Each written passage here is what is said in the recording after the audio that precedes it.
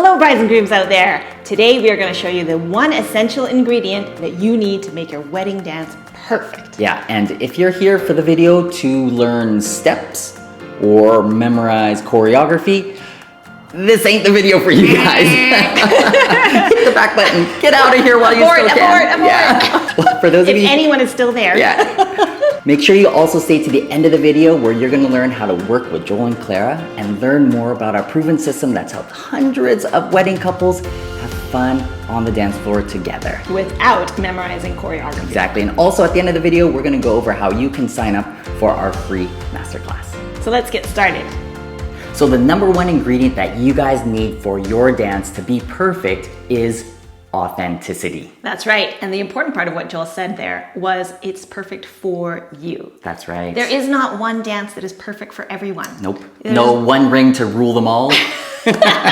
No, and there's no one ring to rule them all, yeah, exactly. or dress to rule them all, and everyone's different and everyone has their own character, personality, and what fits them right. Exactly. So you might be going through YouTube right now going, oh, well, that was a wonderful dance and they really rocked it, and oh, this was awesome and they really rocked it. And that's because those couples who are awesome on YouTube found something that was a perfect match for them. So possibly they were really gregarious. They love being in the spotlight. They're used to being silly. Then they go and do some crazy rambunctious dance, and that's totally them, and it shows. And more often than not, these people are people who love dancing and have just danced for many years themselves, or they get on the dance floor and hear the music and then just start moving. Exactly. And so for beginners like you who might not equate to being dancers or necessarily being on the dance floor their whole lives, it might feel a little bit awkward or a little bit weird to do that same type of choreography. That's right. It won't feel authentic because it won't be what you naturally would do. And then it won't be perfect for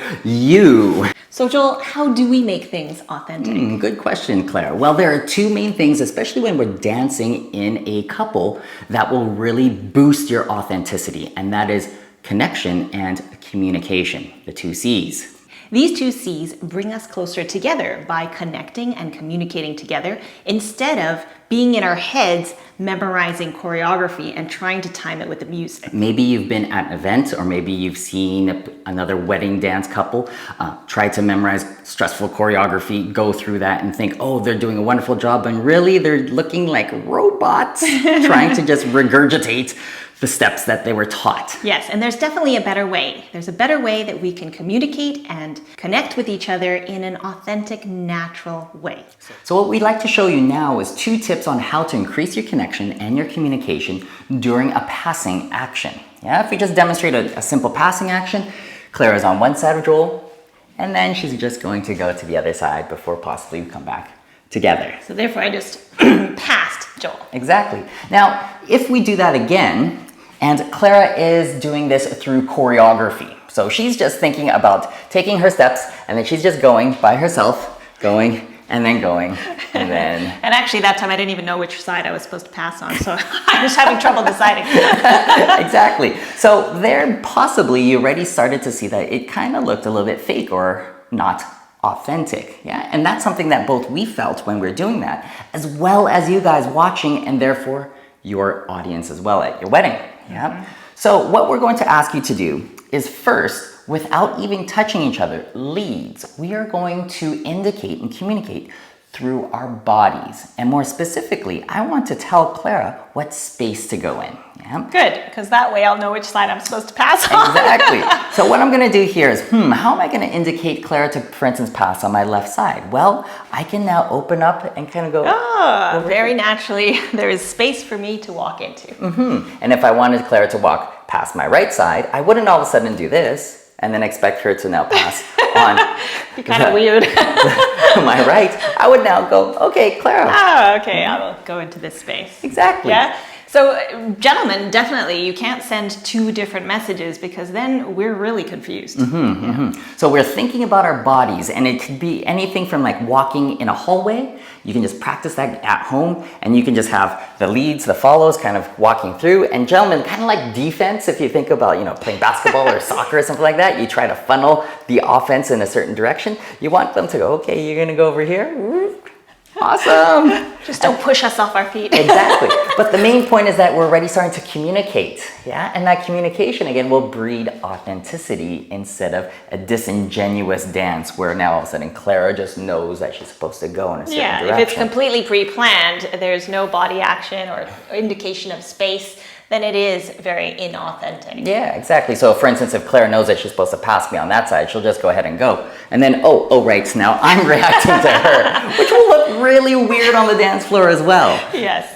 So what I want you guys to do is do that one action first and think about your body. Yeah, so that's tip number one. Think about your body and direct the space for the follow. Yes, and for the follows, be very sensitive and aware of what his body is doing and what space he is telling you to go into. The second tip for you guys is now has to do with the arms, and the arms can be great indicators for speed or timing. Yeah. So what I'm going to do now is I'm connecting with Clara with my hands and my arms, and now with my body I say, okay, Clara, I want you to go there. Ooh. And if you notice, maybe you notice that Clara went a little bit faster than the last time. Yeah, and it felt a little bit like a slingshot, getting me into that space. And the way that I did that is by having a little bit more of a tighter bungee cord or an elastic action with my arms, which then sped up Clara. And because I'm in that sensitive mode of, I need to respond to whatever energy Joel is giving me, I was able to respond at the same or kind of similar speed that Joel was giving me. Exactly. Now, if again we go into the opposite idea and says, Clara has a predetermined choreographed speed, then she would go, and then she would go ahead and just walk herself. Maybe she'd go really fast, and then she gets herself back. And again, it just feels for us, and it probably looks for you guys like it's just kind of wrong, right? It's very empty. Yeah, exactly. Because there's no connection between us, and I'm determining my own speed, and he's determining his own speed. Yeah. So we're just two disconnected bodies going at the same time. Yeah. Whereas again, if I do this with Clara, I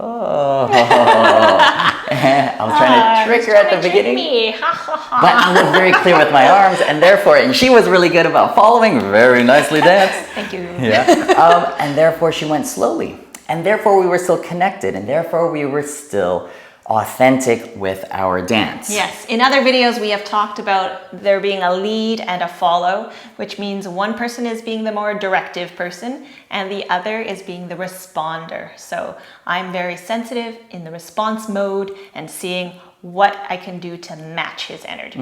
And overall, that is what will make your own personal dance perfect. Because again, if you guys are dancing like robots, or you're dancing individually instead of as a couple, this is totally the wrong idea, especially for a wedding dance. People come to celebrate your union together, whereas right. It's like, okay, well, I'm gonna be here, and then Clara's gonna go and do her own thing. I know I'm supposed to go on this side at this time of the music. And, then it's just not gonna work.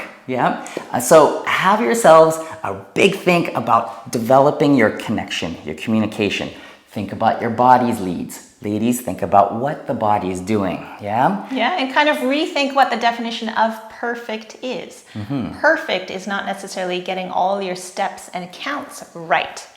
Perfect is about how we can be in harmony together. Exactly. In summary, whenever you, for instance, listen to a song for the first time, or you watch a movie or a play or anything like that, and it evokes emotion for you, you probably didn't go into it expecting certain lyrics or certain actions, but what you did is you sat back and you watched it unfold, and because it unfolded in a natural, authentic way, you really appreciated it. It really hit home for you. You went, wow, that was really special.